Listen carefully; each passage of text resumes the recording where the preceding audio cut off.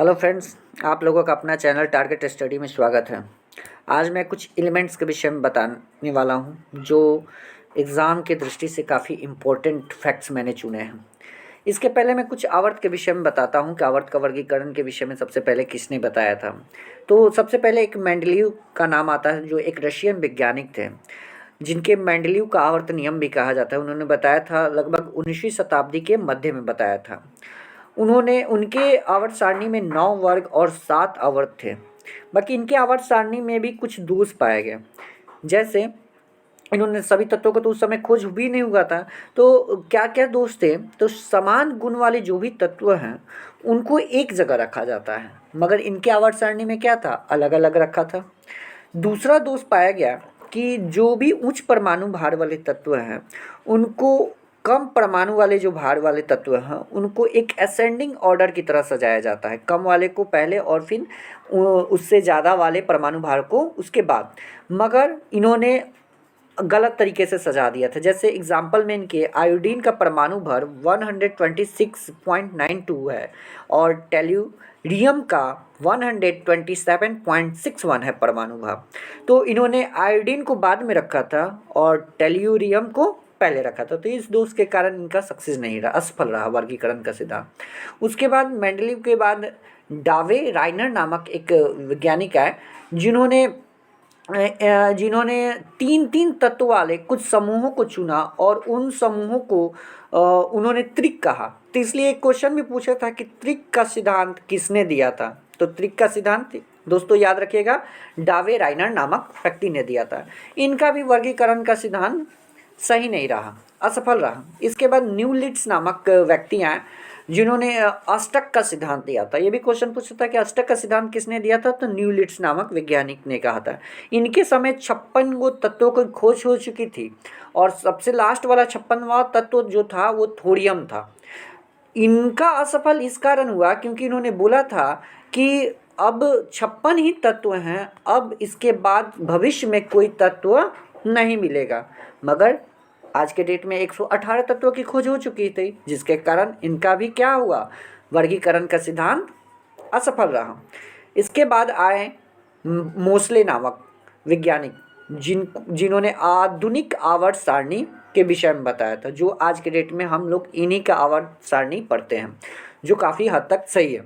इनकी आवर्त की संख्या 7 थी और वर्गों की संख्या 9 थी। तो चलिए इनके विषय में पढ़ते हैं और कुछ तत्वों के विषय में हम समझते हैं, ठीक है।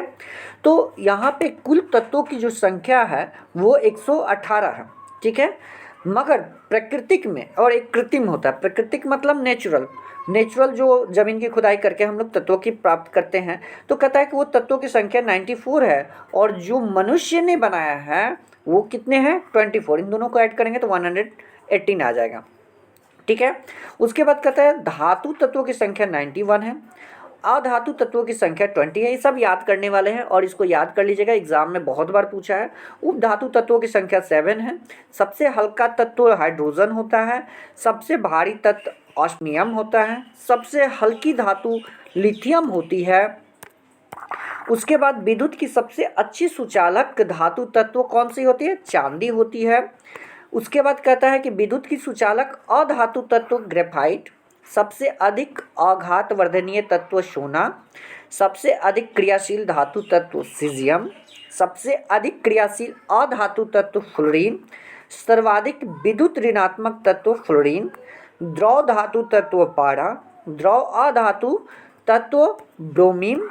भू प्रपट्टी मतलब जमीन के जो सरफेस हैं उस पे भू प्रपट्टी पर सबसे अधिक मात्रा में पाए जाने वाला तत्व कौन सा है, ऑक्सीजन।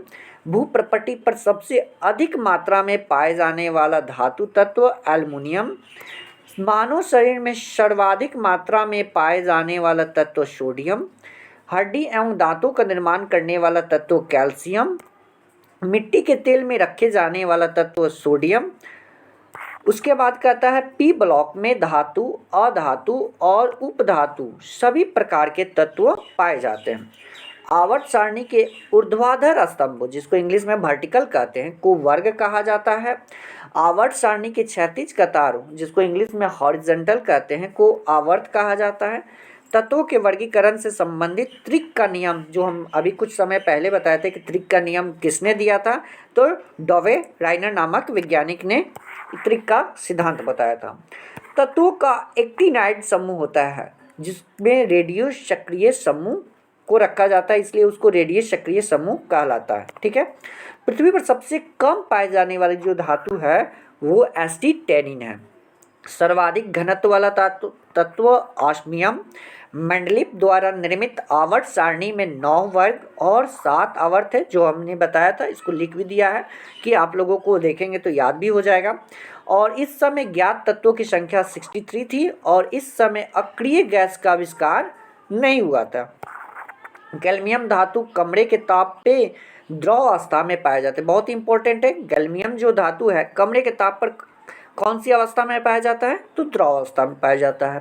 आवर्त सारणी शून्य वर्ग में सर्वाधिक गैसीय वाला तत्व है, जैसे helium, neon, argon, krypton, xenon, radon, ये सभी क्या है, अक्रिय गैस है, जिनमें मैंने सभी का नाम लिख दिया है, इसको याद कर लीजिएगा। इसी को इनर्ट गैस या नोबल गैस भी कहा जाता है। एग्जाम में भी देता है, 4 ऑप्शन दे देता है, इसमें से पूछता है कि इनर्ट गैस कौन से हैं या नोबल गैस कौन से हैं। ठीक है। उसके बाद कहता है कि रेडॉन को छोड़कर अन्य सभी अक्रिय गैस वायुमंडल में पाई जाती है। इस गैस का उपयोग रेडियोथेरेपी के रूप में कैंसर के इलाज के रूप में किया जाता है। कैंसर एक बहुत ही संक्रामक रोग है, इसमें रेडॉन का क्या किया जाता है, रेडियोथेरेपी के रूप में इसका इलाज किया जाता है। यह एक रेडियो सक्रिय क्या है, तत्व है। उपधातु जिसको मेटालॉइड कहते हैं इंग्लिश में, इसकी संख्या कितनी है, 7 है। और इन सभी का मैंने नाम भी लिख दिया है कि आप लोग इसको उपधातु याद भी कर लीजिएगा। ये भी ऑप्शन में 4 बार क्वेश्चन में पूछता है और 4 ऑप्शन दिए रहते हैं, इसमें से चूज करने के लिए जाता है कि उपधातु कौन है। इसमें से सबसे लास्ट में जो मैंने लिखा है पोलोनियम, ये कहता है कि इस प्रथम मानव निर्मित द्वारा सबसे पहला तत्व है। पोलोनियम क्या है, मानव निर्मित द्वारा सबसे पहला तत्व है। ठीक है, कृत्रिम जिसको बोलते हैं। आतिशबाजी का मतलब जो पटाखा वगैरह हम लोग छोड़ते हैं शादी ब्याह में या पर्व त्योहार में, तो उसमें हरा रंग या लाल रंग निकलता है। तो ये क्वेश्चन पूछता है कि हरा रंग किस तत्व के कारण निकलता है, तो बेरियम के कारण, और जो लाल रंग निकलता है वो एस्ट्रासियम के कारण। तो मैं आशा करता हूँ कि आप लोगों को ये वीडियो बहुत ही अच्छा लगा होगा, और मैं नेक्स्ट वीडियो मेटल्स और नॉन मेटल्स के विषय में बनाने वाला हूँ। तो मिलते हैं नेक्स्ट वीडियो में। धन्यवाद।